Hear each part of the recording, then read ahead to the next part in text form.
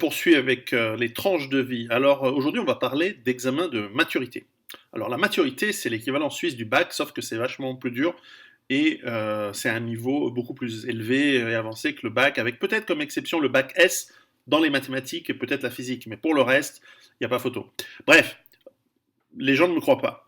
Souvent, les Français me disent, mais non, le bac, c'est vachement dur, etc. Moi, je vous parle d'il y a 30 ans, hein, parce qu'aujourd'hui, tout le monde accepte de dire que le bac, c'est fait pour des arriérés mentaux, des Mongoliens, limite. Hein. Enfin, je veux dire, c'est un truc pour des gens qui veulent aller dans un atelier protégé.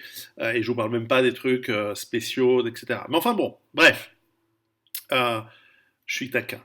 À l'époque, la maturité en Suisse, c'est donc l'équivalent du bac et qui peut se faire de deux manières. Soit dans l'école publique, et donc il s'agit d'une maturité cantonale, puisque les écoles publiques sont gérées et réglementées par le canton, ou une maturité fédérale, qui est censée être un niveau un petit peu au-dessus en difficulté et en prestige, et qui peut être faite par des élèves des écoles publiques, mais qui est en général faite par les élèves des écoles privées, qui, elles, ne sont pas régies par les autorités, on va dire, d'éducation cantonale, mais doivent quand même se soumettre au niveau au-dessus, qui est le niveau d'éducation donc de la Confédération suisse, donc niveau fédéral. Et donc, cette maturité, elle se fait en fait en deux parties, deux grandes parties. Une première partie, une première année qui se passe en fin de seconde, non, seconde première, terminale, en fin de première, pardon. Je traduis au niveau français, alors évidemment en Suisse, c'est pas comme ça qu'on appelle les classes, c'est première année de collège, deuxième, troisième, bon bref, et le quatrième de collège. Donc c'est à la fin de la troisième. Et donc cette maturité ne concerne que certaines matières, la première partie. Et la première partie, en général, ce sont des matières que l'on considère de sciences sociales. Donc, en gros, pour faire simple, enfin, c'est pas vrai. Il y a histoire, géo, dessin ou musique, si vous avez choisi musique, biologie, chimie. Est-ce que j'en oublie?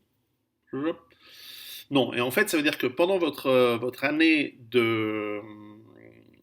de première, l'équivalent de la première française, vous avez un gros effort sur ces matières-là. Ce qui n'exclut pas que vous fassiez quand même du français, des langues, des mathématiques, de la physique, et de la physique, etc.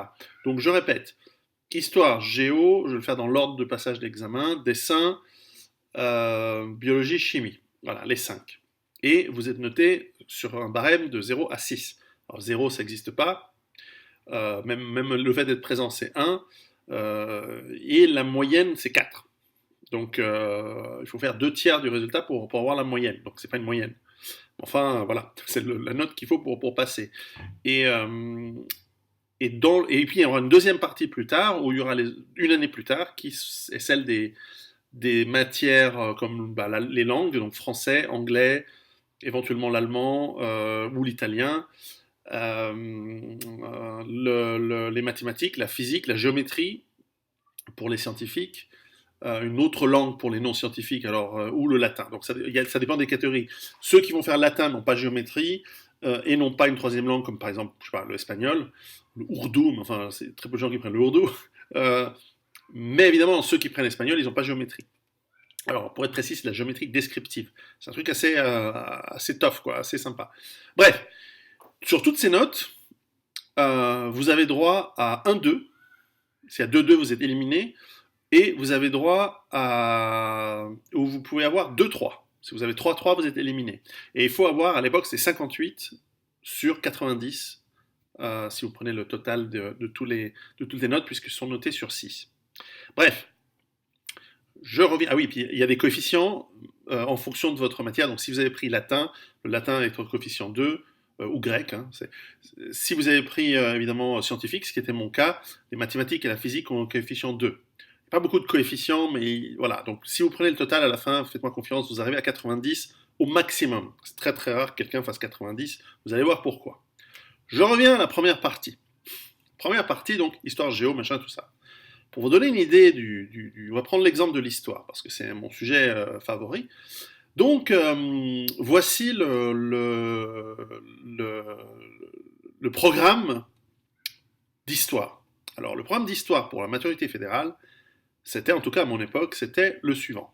Première partie, l'histoire du monde, de la découverte, en fait c'est de la découverte de l'Amérique, chute de Byzance, bon, Constantinople, enfin, de Christophe Colomb à la fin de la Deuxième Guerre mondiale. Tout le monde, hein, c'est pas la Suisse, le monde. Deuxième partie, l'histoire suisse, depuis la nuit des temps jusqu'à avant-hier. Et troisième partie, un sujet spécial qui est un sujet que vous choisissez vous dans l'histoire antérieure à Christophe Colomb. Donc ça peut être le règne de Cléopâtre, ça peut être, que sais-je, la civilisation du Wakanda. Bon, en l'occurrence, j'ai choisi les Aztèques. Alors, parce que c'est cool des gens qui tuent 20 000 personnes tous les week-ends. Alors, ce qui était intéressant, pour vous donner une idée, c'est donc vous imaginez la quantité de matière qu'il faut apprendre. Et pour vous donner une idée de comment se présente l'examen, parce qu'il ne s'agit pas de faire une dissertation, vous allez broder pendant 4 heures pour raconter des conneries, pour remplir les lacunes que vous avez. Non, non, non, non, non.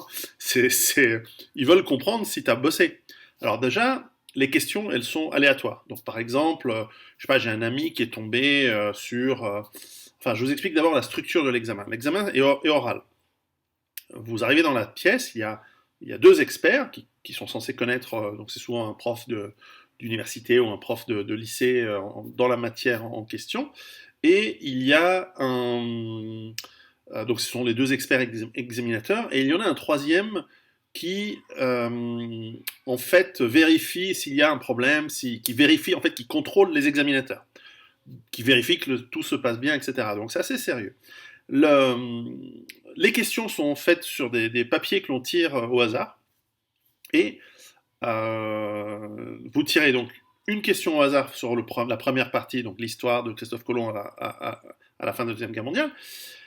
Un deuxième petit papier au hasard parmi plusieurs sur l'histoire de la Suisse, et puis ensuite il y aura un petit papier à tirer sur votre sujet spécial qu'ils ont évidemment chaque examinateur à votre dossier, et c'est préparé, eux aussi se sont préparés à votre sujet spécial, évidemment. Si vous avez pris par exemple Jules César, eh bien il va se préparer, il va relire la guerre des Gaules, il va relire son histoire pour être sûr qu'il va vous poser des bonnes questions et tout ça.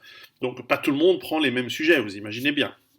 Il y en a qui ont pris le Japon médiéval, moi j'avais pris les Aztèques, il y en a d'autres qui prennent... tant que c'est historique, vous faites comme vous voulez, parce que généralement ça implique la lecture de plusieurs, que sais-je, de quelques livres, et puis un travail de dossier qu'on fait chez soi, et que votre prof d'histoire au lycée va vous aider à établir, et va lui-même vous aider à préparer les questions possibles. Mais on ne peut pas savoir vraiment les questions sur ce point-là. En revanche, évidemment, nous avons un historique sur les 10-15 dernières années, nous savons à peu près les questions. Donc, par exemple, je vais vous donner mon exemple, quand je suis arrivé donc, comme je dis, vous tirez vos billets, et vous avez un quart d'heure, donc 15 minutes, pour prendre des notes, vous remémorez en fonction de ces donc 3 questions que vous allez choisir sur un panel de plusieurs questions au hasard, et ensuite vous allez présenter en 3 fois 5 minutes, les premières 5 minutes, la réponse de la première question que vous avez tirée au sort, la deuxième 5 minutes sur la chose, et la troisième sur votre sujet spécial, ok. Exemple. Quand je suis arrivé, bonjour, alors tu tires ton papier, donc le premier, histoire générale donc, de Christophe Colomb à l'heure moderne, je tire le papier, la question est, je m'en souviens encore, de 1905 à 1923, 2 points, la révolution russe. T'as 5 minutes pour la préparer, et t'as 5 minutes à... Donc l'idée c'est de faire concis, l'idée c'est de montrer que tu sais, et l'idée c'est d'aller à l'essentiel. Donc il faut pas dire, parce que 5 minutes ça peut être long si ton argument c'est de dire ah ouais, les Russes ils étaient pas contents, ils ont mis au pouvoir des criminels qui s'appellent les communistes. Non, c'est pas assez. Il faut tenir 5 minutes. Donc il faut raconter voilà, la crise sociale de la fin du 19e siècle, la défaite face au Japon, les révoltes à Sébastopol notamment et à Petrograd de 1905, les réformes du tsar qui ont échoué, la Première Guerre mondiale qui traîne et qui rend les Russes mécontents, la révolution de mars 2017, la révolution d'octobre 2017, et puis la prise de pouvoir par les bolcheviks la guerre civile qui démarre et qui se termine en 1923, sauf erreur, avec la mise en place des nouvelles réformes économiques et finalement une forme de communisme hybride avec le marché en attendant que Staline prenne le pouvoir un peu plus tard. En gros, vous expliquez ça, vous tenez 5 minutes, ça va. Mais j'aurais pu tomber sur l'Autriche-Hongrie de Radetzky à François-Joseph, c'est-à-dire le 19e siècle, du long 19e siècle de 1814 à 1914. Ça aurait pu être une question vachement dure. Par exemple, je me souviens très bien, on pouvait avoir comme question en histoire, voilà, le règne de Louis XIV. 5 minutes, le règne de Louis XIV, tu vois le truc, les guerres, le machin.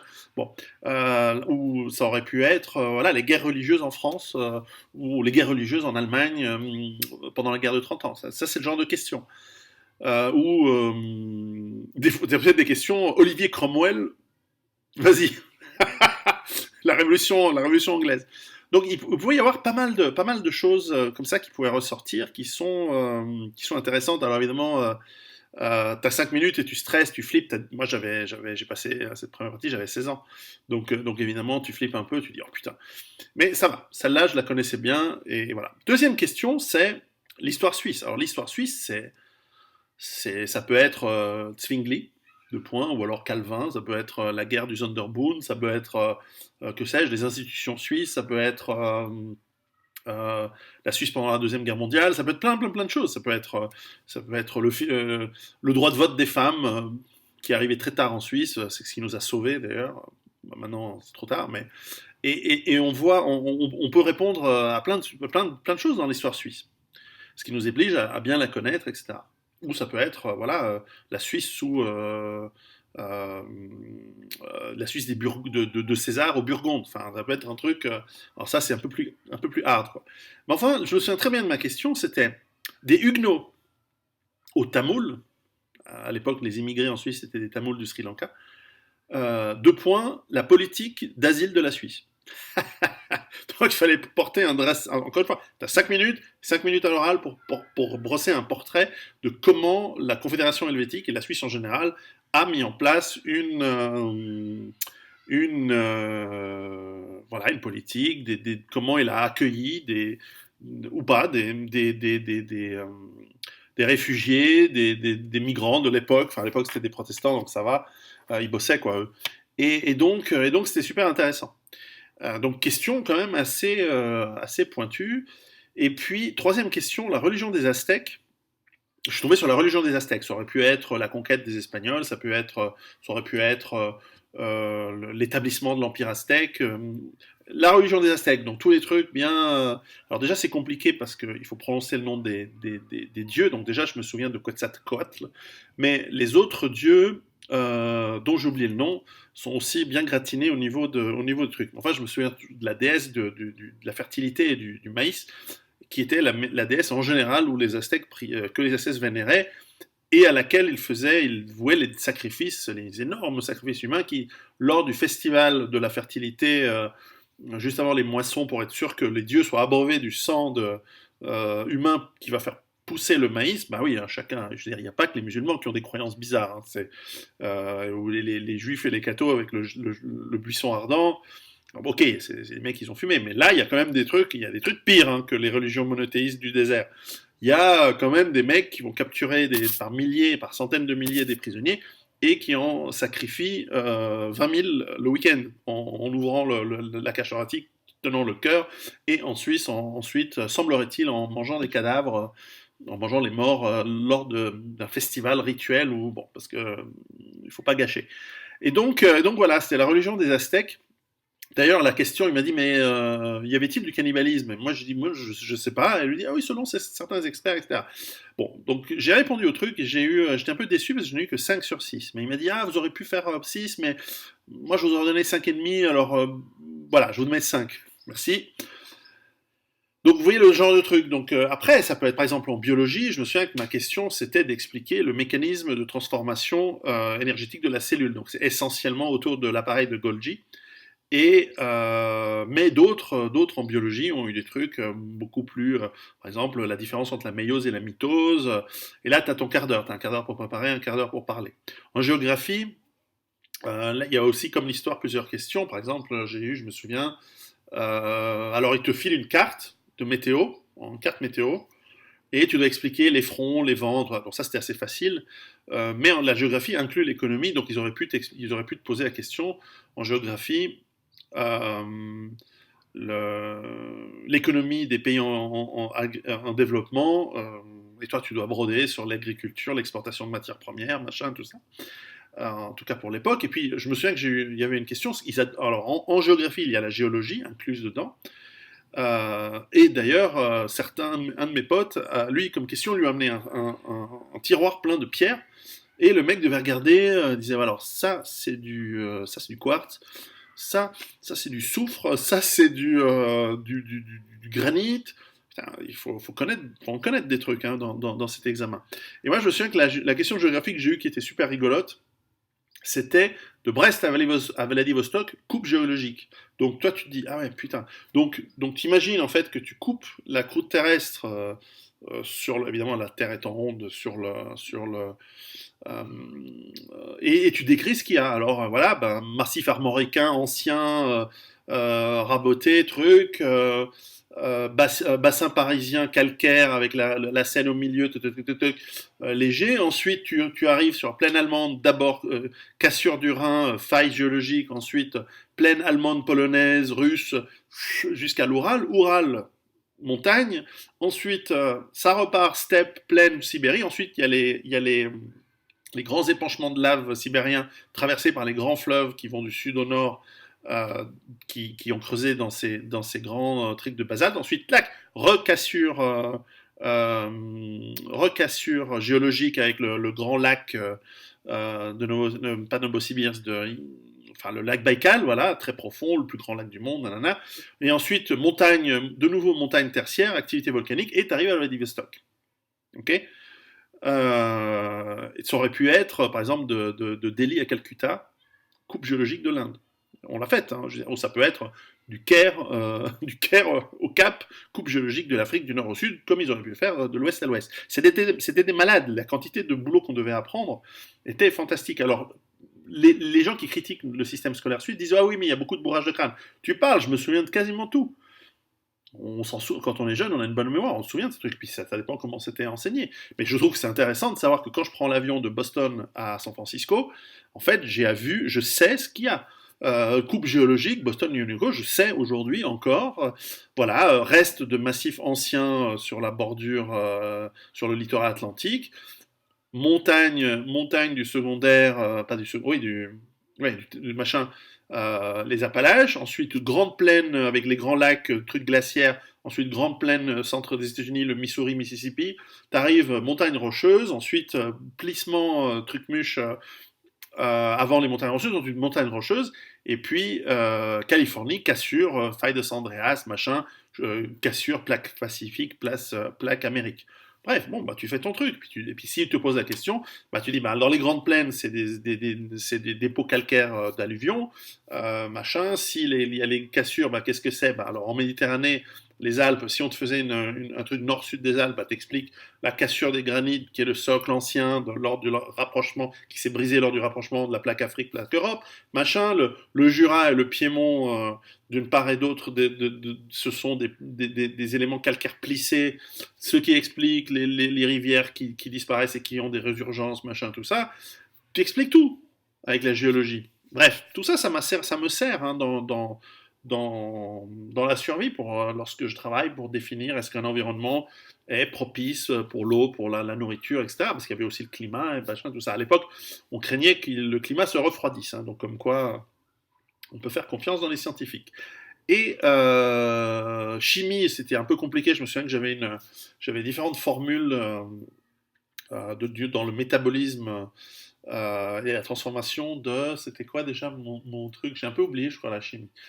Euh, En fait, il y avait des éléments chimiques, il y avait des équations en fait chimiques où il y avait voilà certains éléments truc muche, alors C truc nombre d'oxygène dans notre truc, et il disait voilà si on rajoute du CO2, qu'est-ce que ça va devenir? Donc en fait, voilà, il y a des précipitations qui se font.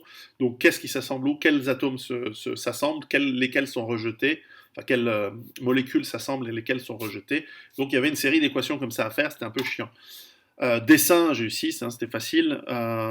J'ai eu 4 en chimie, 6 en géographie, 5 en histoire. Dessin, j'ai eu 6 parce que je dessine bien. Et dessin, tu as 1 heure pour faire 2 dessins. Alors en général, c'est un dessin en couleur et un dessin noir-blanc. Le noir-blanc, il est en général descriptif, c'est les trucs à la con du genre, tu sors de ta trousse plusieurs objets, tu les reproduis sur un dessin, donc tu mets un crayon, un taille-crayon, et tu les reprends avec des sfumato, des dégradés en couleur, machin. Alors moi j'ai ma petite technique que j'avais apprise par mon père, tu gratouilles avec une lame de taille crayon la mine et ça te permet de faire des ombres beaucoup mieux que si tu faisais avec un petit peu de et tu les fais beaucoup plus subtils et plus jolis que si tu les fais au crayon même. Bref. Et puis ensuite il y a souvent un dessin euh, avec des contrastes, couleurs froides, couleurs chaudes, des trucs comme ça à la con. Alors le secret pour avoir des bonnes notes en dessin, c'est que tu t'entraînes à faire toujours le même. Et si tu te dis couleur chaude, bah, tu le fais en couleur chaude. Et si tu le fais en couleur froide, tu le fais en couleur froide. Et tu fais toujours le même dessin. Pareil pour la description, un taille-crayon et un crayon, c'est facile. Tu refais toujours. Alors tu t'entraînes 2, 3 semaines avant. Ça, c'est un truc vite torché. Alors beaucoup plus dur, c'est les copains qui ont fait musique, parce que là, ça veut dire que tu sais jouer du violon ou du piano. Et là, tu te pointes avec ton violon, ou ils te mettent sur un piano. Mais c'est l'un ou l'autre. Tu peux pas faire les deux. Donc moi, la musique, sous la torture, je veux bien chanter, mais jouer des instruments, j'étais pas bon. Pourtant, j'ai fait du piano, mais pas assez bien. Donc, je fais le dessin parce que je suis bon. Donc, j'ai 6. Donc, voilà, il y a des matières plus faciles que d'autres. Mais enfin, tout ça pour vous dire que c'était super compliqué. Alors, je vous parle, ouais, allez, dans la deuxième partie, qui est l'année suivante. Alors là, en revanche, il y a de l'écrit. Il y a une semaine où tu es à l'écrit tous les jours, et c'est ben, en fonction de ce que, de tes maths, de ce que tu as choisi, c'est maths, physique, géométrie, dessin, enfin pas dessin, français. Français, c'est généralement une dissertation à l'écrit. Pareil en italien, dissertation à l'écrit. Anglais, en l'occurrence. Est-ce que j'oublie quelque chose? Non, je crois que c'est encore 5 matières, c'est ça? Maths, physique, géométrie, anglais, français, italien. Non, 6. Est-ce que j'oublie une matière? Non, il n'y avait pas sport. Bref, sport, on le faisait en plus, mais c'était pas noté. Bref, et donc là, je me souviens très bien, donc ça, c'était à Lausanne. Mon pote Patrick m'avait amené en bagnole et tout et tout. Et alors, on se pointe, on fait l'examen. Alors, le premier, c'était français, et c'était super facile parce qu'en fait, une des questions, c'était sur Pirandello, qui est un auteur que j'avais travaillé en italien. Donc, j'ai pu faire un truc excellent 6. Et puis maths, c'était un petit peu plus compliqué parce que parfois, bah, j'ai eu des moments où j'étais dur en maths. Géométrie descriptive, j'ai bien réussi. Géométrie descriptive, c'est que vous avez un objet en 3 dimensions et vous imaginez qu'il est projeté sur les 3 axes, les 3 plans, voilà, X, Y, Z, et ces plans sont mis à plat et vous ne voyez sur votre dessin que les traces ou une partie des traces. Et enfin, avec ces traces, vous allez reconstituer l'objet avec des crayons et des règles. Hein. C'est pas, il n'y avait pas d'ordinateur, donc c'est pour ça que il n'en enseigne pratiquement plus cette matière, alors qu'elle est super informatrice au niveau du raisonnement intellectuel, je trouve. Physique, bon, bah, c'est de la physique. Bah, moi, je n'étais pas très bon en physique. Et puis, voilà, anglais, pareil, des dissertations sur différents thèmes. Je crois que mon thème, c'était Orwell. Et, italien, c'était aussi une dissertation sur différentes choses. Bref. Et une deuxième semaine, la semaine suivante, c'est l'oral. Là, l'oral, tu reprends les matières. Alors, maths, j'étais assez dur, c'était assez nul, donc en maths, j'ai eu 3. C'était le seul 3 que j'ai eu, mais c'était pas terrible, c'était pas terrible les maths. Physique, je craignais la physique. Alors là, la physique, c'était marrant. Alors français, à l'oral, ça s'est moyennement passé parce que ils m'ont filé du Molière et je leur ai dit, c'est de la merde.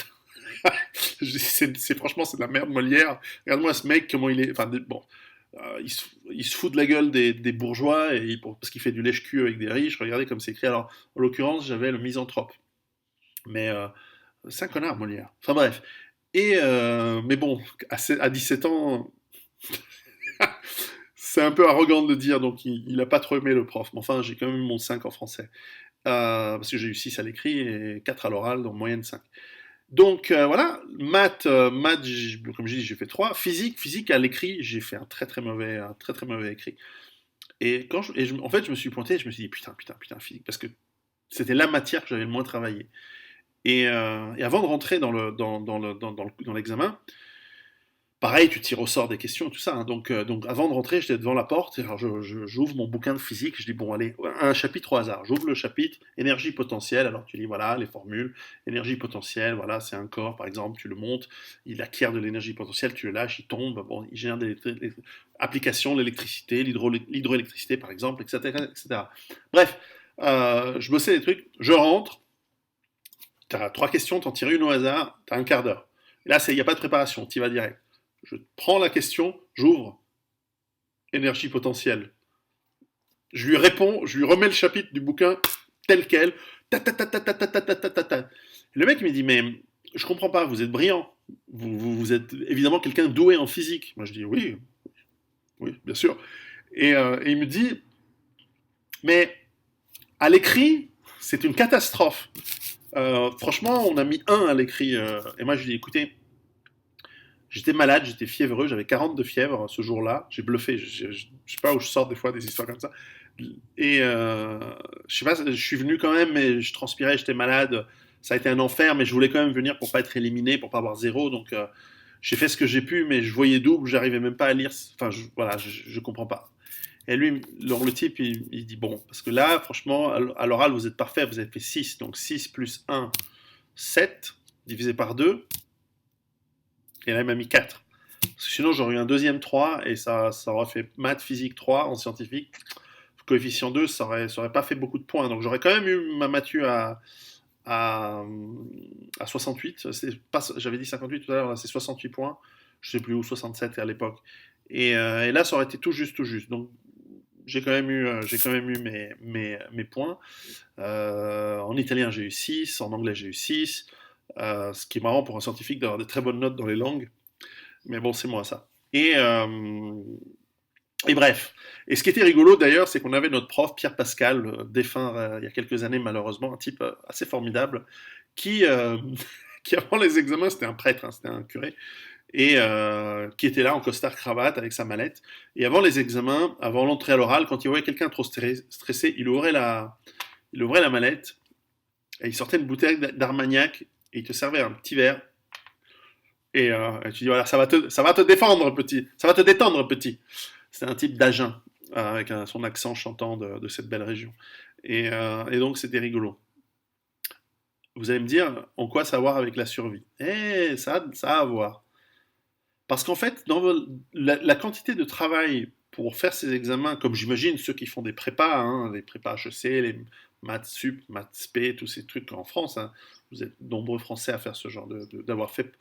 Vous savez la quantité de travail incroyable qu'on vous donne à faire pour pouvoir passer l'examen, et surtout dans les écoles privées, on va vous faire travailler beaucoup plus pour être largement au-dessus du niveau et pour limiter les risques. Et en fait, la raison, c'est pas seulement pour que vous réussissiez bien, c'est aussi pour que leur réputation soit d'avoir 100% de réussite dans leurs élèves lorsqu'ils passent les examens.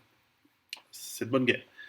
Et donc, cette quantité de travail énorme, elle m'a donné l'habitude, elle m'a donné d'abord la confiance en moi de me dire, quand quelqu'un me dit un vendredi soir, tiens, voici du boulot à faire pour lundi matin, vous savez, quand vous êtes jeune dans le travail, on vous fait bosser comme des esclaves. Donc on vous dit, tiens, vas-y, bosse ce truc pour lundi, pas de problème. Lorsque j'avais des trucs à rendre dans le travail, des campagnes marketing, des campagnes de vente à mettre en place, je bossais la nuit, je bossais 24 heures sur 24, c'est pas grave. Parce que je sais que c'est rien par rapport à ce que j'ai fait pendant des années où je me levais tous les jours à 6 heures du matin, je me couchais tous les soirs à minuit pendant toute mon adolescence pour pouvoir bosser ces putains d'examens. Donc je n'ai pas peur du travail, je n'ai jamais eu peur de la quantité de travail dans le tertiaire par exemple. Et donc, ce travail à la légionnaire romain, vous savez, les légionnaires romains, ils s'entraînaient avec des armes plus lourdes que celles qu'ils utilisaient en combat. Enfin, ils s'entraînaient avec les deux. Mais c'était pour développer une musculature et une neurologie et une habitude. Et ils faisaient, comme on fait d'ailleurs dans les corps d'élite dans l'armée, on fait un travail beaucoup plus difficile que ce que vous allez avoir dans la réalité. parce que mieux vaut transpirer des litres plutôt que de perdre des litres de sang au combat. Alors évidemment, toute comparaison gardée, dans le travail intellectuel, là aussi, une formation extrêmement dure, extrêmement élitiste et difficile va vous rendre le travail ensuite beaucoup plus facile plus tard. Je ne sais pas si ça se fait encore, probablement encore des écoles qui forment de cette manière, mais en tout cas, la Matu Suisse a été pour moi extrêmement formatrice pour m'enlever toute crainte d'une grande quantité de travail. Donc quand on me dit, voilà, il faut faire ça, alors maintenant, avec l'âge, je choisis ce que je fais. Il n'y a plus personne qui me dit quoi faire. C'est la nécessité éventuelle et c'est mon choix. Mais il n'y a plus tellement d'obligations. Donc voilà, c'était une petite tranche de vie, la Matu, et si parmi vous, certains se reconnaissent et sont passés par la Matu, laissez-moi un commentaire. Alors, pour ceux qui auraient passé à la même époque que moi, je l'ai passé à Fribourg, la première partie, en 1988, en septembre 1988, non, c'était en mars 88, et la deuxième partie à Lausanne, en mars 1989. Donc, s'il y a d'autres vétérans, laissez-moi un petit signal. À bientôt!